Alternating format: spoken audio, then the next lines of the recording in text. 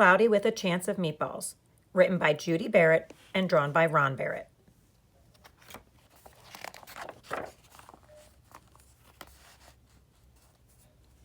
We were all sitting around the big kitchen table. It was Saturday morning, pancake morning.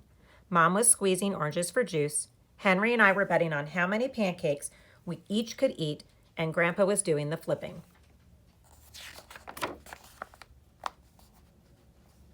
Seconds later, something flew through the air and headed toward the kitchen ceiling and landed right on Henry.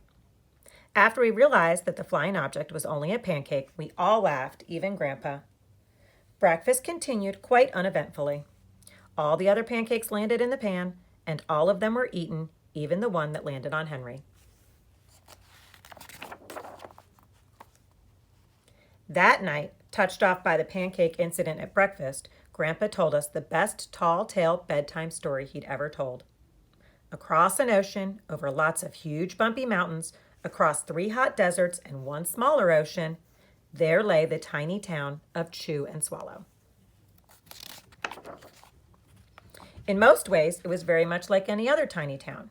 It had a main street lined with stores, houses with trees and gardens around them, a schoolhouse, about 300 people, and some assorted cats and dogs. But there were no food stores in the town of Chew and Swallow. They didn't need any. The sky supplied all the food they could possibly want. The only thing that was really different about Chew and Swallow was its weather. It came 3 times a day, at breakfast, lunch, and dinner. Everything that everyone ate came from the sky. Whatever the weather served, that's what they ate. But it never rained rain, it never snowed snow, and it never blew just wind. It rained things like soup and juice. It snowed mashed potatoes and green peas, and sometimes the wind blew in storms of hamburgers. The people could watch the weather report on television in the morning, and they would even hear a prediction for the next day's food. When the townspeople went outside, they carried their plates, cups, glasses, forks, spoons, knives, and napkins with them. That way, they would always be prepared for any kind of weather. If there were leftovers, and there usually were, the people took them home and put them in the refrigerators in case they got hungry between meals. The menu varied. By the time they woke up in the morning, breakfast was coming down. After a brief shower of orange juice, low clouds of sunny-side-up eggs moved in, followed by pieces of toast. Butter and jelly sprinkled down for the toast, and most of the time it rained milk afterwards. For lunch one day, frankfurters, already in their rolls, blew in from the northwest at about 5 miles an hour. There were mustard clouds nearby. Then the wind shifted to the east and brought in baked beans. A drizzle of soda finished off the meal. Dinner one night consisted of lamb chops, becoming heavy at times, with occasional ketchup. Periods of peas and baked potatoes were followed by a gradual clearing with a wonderful jello setting in the west. The sanitation department of Chew and Swallow had a rather unusual job for a sanitation department. It had to remove the food that fell on the houses and sidewalks and lawns. The workers cleaned things up after every meal and fed all the dogs and cats. Then they emptied some of it into the surrounding oceans for the fish and turtles and whales to eat. The rest of the food was put back into the earth so that the soil would be richer for the people's flower gardens. Life for the townspeople was delicious until the weather took a turn for the worse. Spaghetti ties up town. One day, there was nothing but gorgonzola cheese all day long. The next day, there was only broccoli, all overcooked.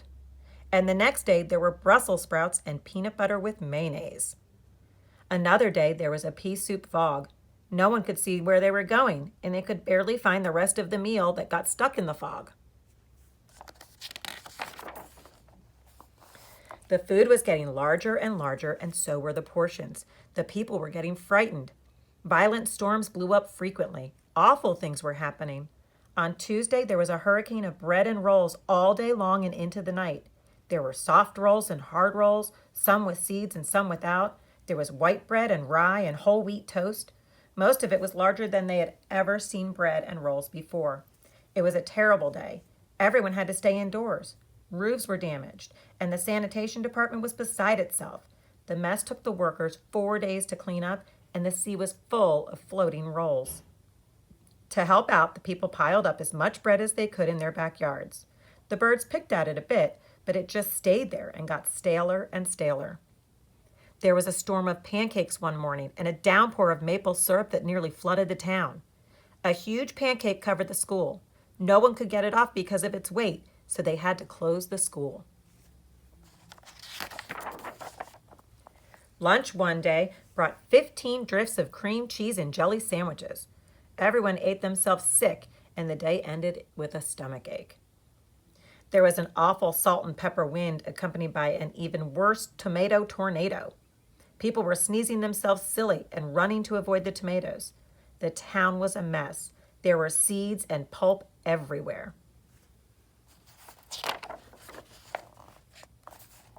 The sanitation department gave up. The job was too big. Everyone feared for their lives. They couldn't go outside most of the time.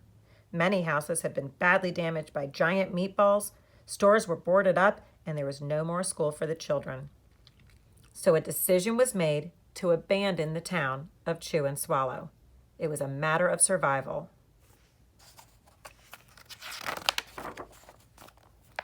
The people glued together the giant pieces of stale bread, sandwich style, with peanut butter, took the absolute necessities with them, and sailed on their rafts for a new land.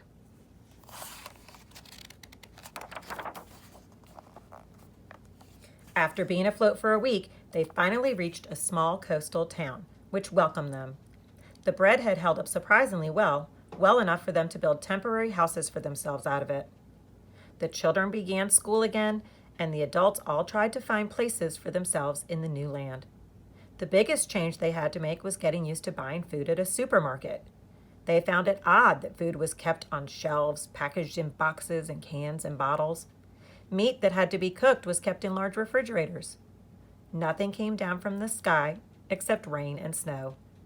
The clouds above their heads were not made of fried eggs, and no one ever got hit by a hamburger again. Nobody dared go back to Chew and Swallow to find out what had happened to it. They were too afraid. Henry and I were awake until the very end of Grandpa's story. I remember his goodnight kiss. The next morning, we woke up to see snow falling outside our window. We ran downstairs for breakfast and ate it a little faster than usual so we could go sledding with Grandpa. And it's funny, but even as we were sliding down the hill, we thought we saw a giant pat of butter at the top, and we could almost smell the mashed potatoes.